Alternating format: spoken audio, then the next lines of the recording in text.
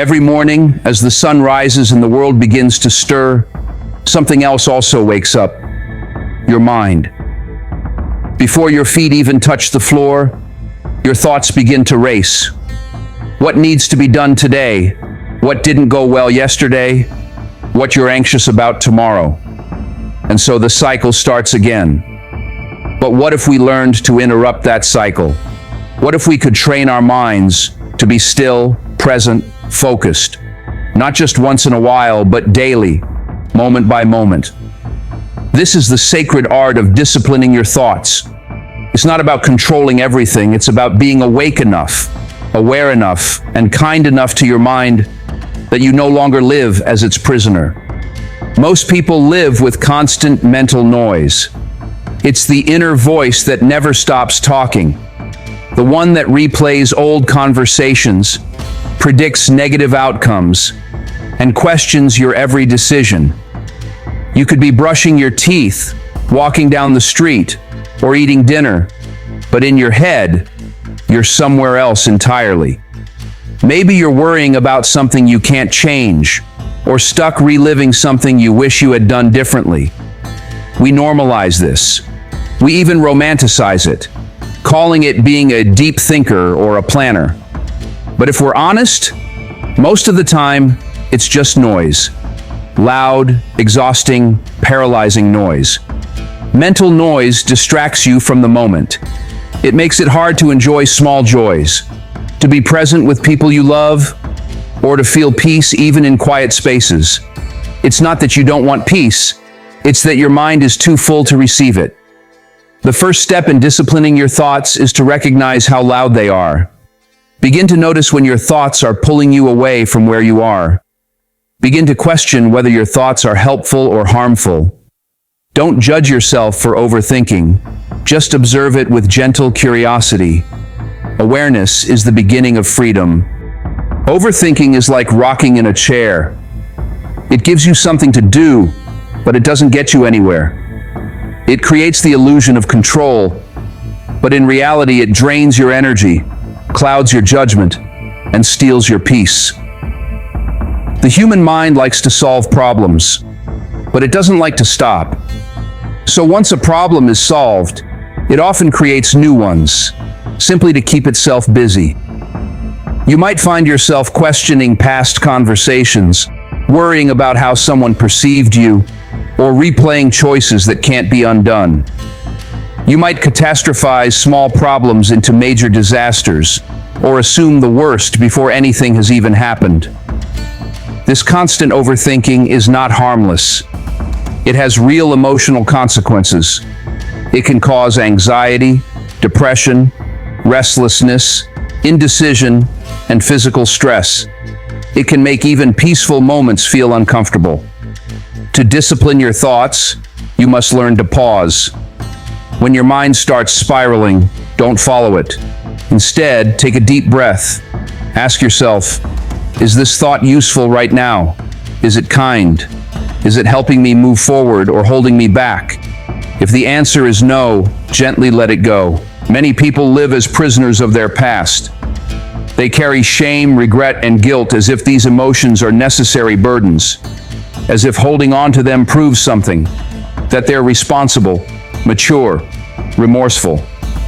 But holding on to pain doesn't make you noble. It makes you tired. The past has value. It teaches, humbles, shapes.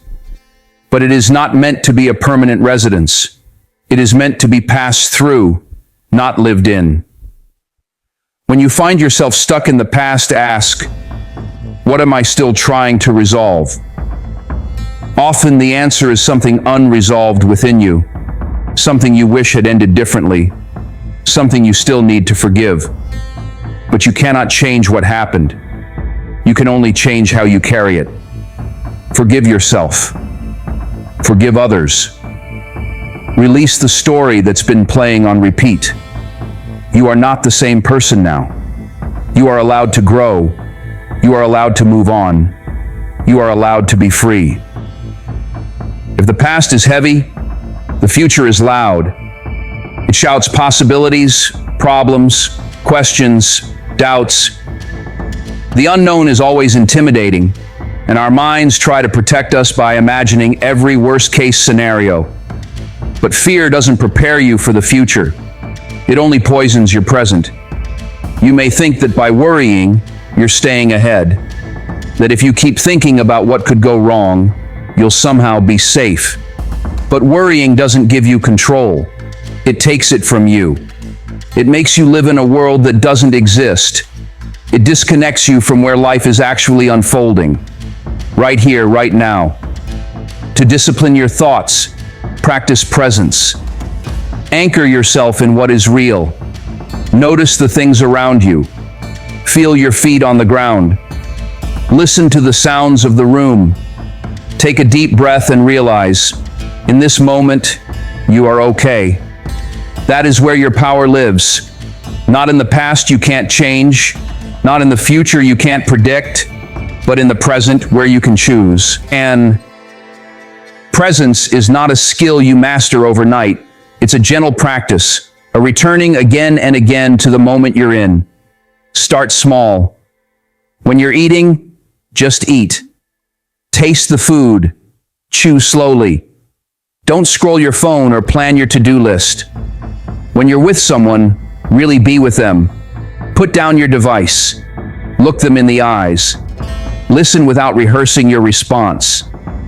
When your thoughts wander, as they will, guide them back with kindness. Say to yourself, come back. Come back to this breath. Come back to this body. Come back to this moment. Each time you do, you are disciplining your mind. You are reminding it that the present is enough, that you are enough, that you don't need to be anywhere else. This isn't a one-time fix. This is a lifelong invitation to be here fully, freely, completely. When the mind is quiet, it doesn't disappear. It softens. It becomes a companion rather than a critic. It supports your decisions instead of questioning them endlessly. It allows you to immerse yourself fully in whatever you're doing. Work becomes smoother. Relationships feel more meaningful. Even rest feels more restful. You begin to notice beauty again. The way sunlight lands on the floor, the sound of laughter in another room, the comfort of your own breath. You stop rushing through life and start living it. This is not just about mental clarity. It's about returning to yourself. When the noise dies down, your inner voice becomes clearer. You start to hear your own wisdom, your own needs, your own truth. That is where peace lives. That is where joy begins. That is when you realize you're not behind. You're not broken. You're not late. You've arrived. Some days, your mind will be restless. It will want to dive into old patterns, overthinking, regretting, fearing. That's okay. You're human. This is not about never drifting. This is about noticing when you do and gently returning. Return to the breath. Return to your body. Return to the present. This is what it means to discipline your thoughts, not through force, but through awareness. Not through guilt, but through compassion. To say, I see where my mind is going, but I choose to come back. Over time, this practice builds strength, emotional strength, spiritual strength. The kind of strength that helps you stay calm in chaos, clear in confusion, and kind in difficulty. You don't have to hold on to every thought. Not every thought is true. Not every thought is helpful. Thoughts are like clouds. They come and go. You are the sky. You are the observer. Letting go of overthinking, of the past, of the future, doesn't mean you stop caring. It means you start living. It means you free your capacity to love, to create, to grow. Letting go is how you rise. Forgiveness is how you grow. And presence is how you return to life again and again. Discipline your thoughts. Train your mind to be where your feet are. And in doing so, you will find that life becomes clearer, softer, deeper. You will not only have arrived in the moment, you will have arrived in yourself. Welcome home. You will hear from me again if you hit the subscribe or follow button. See you in the next episode.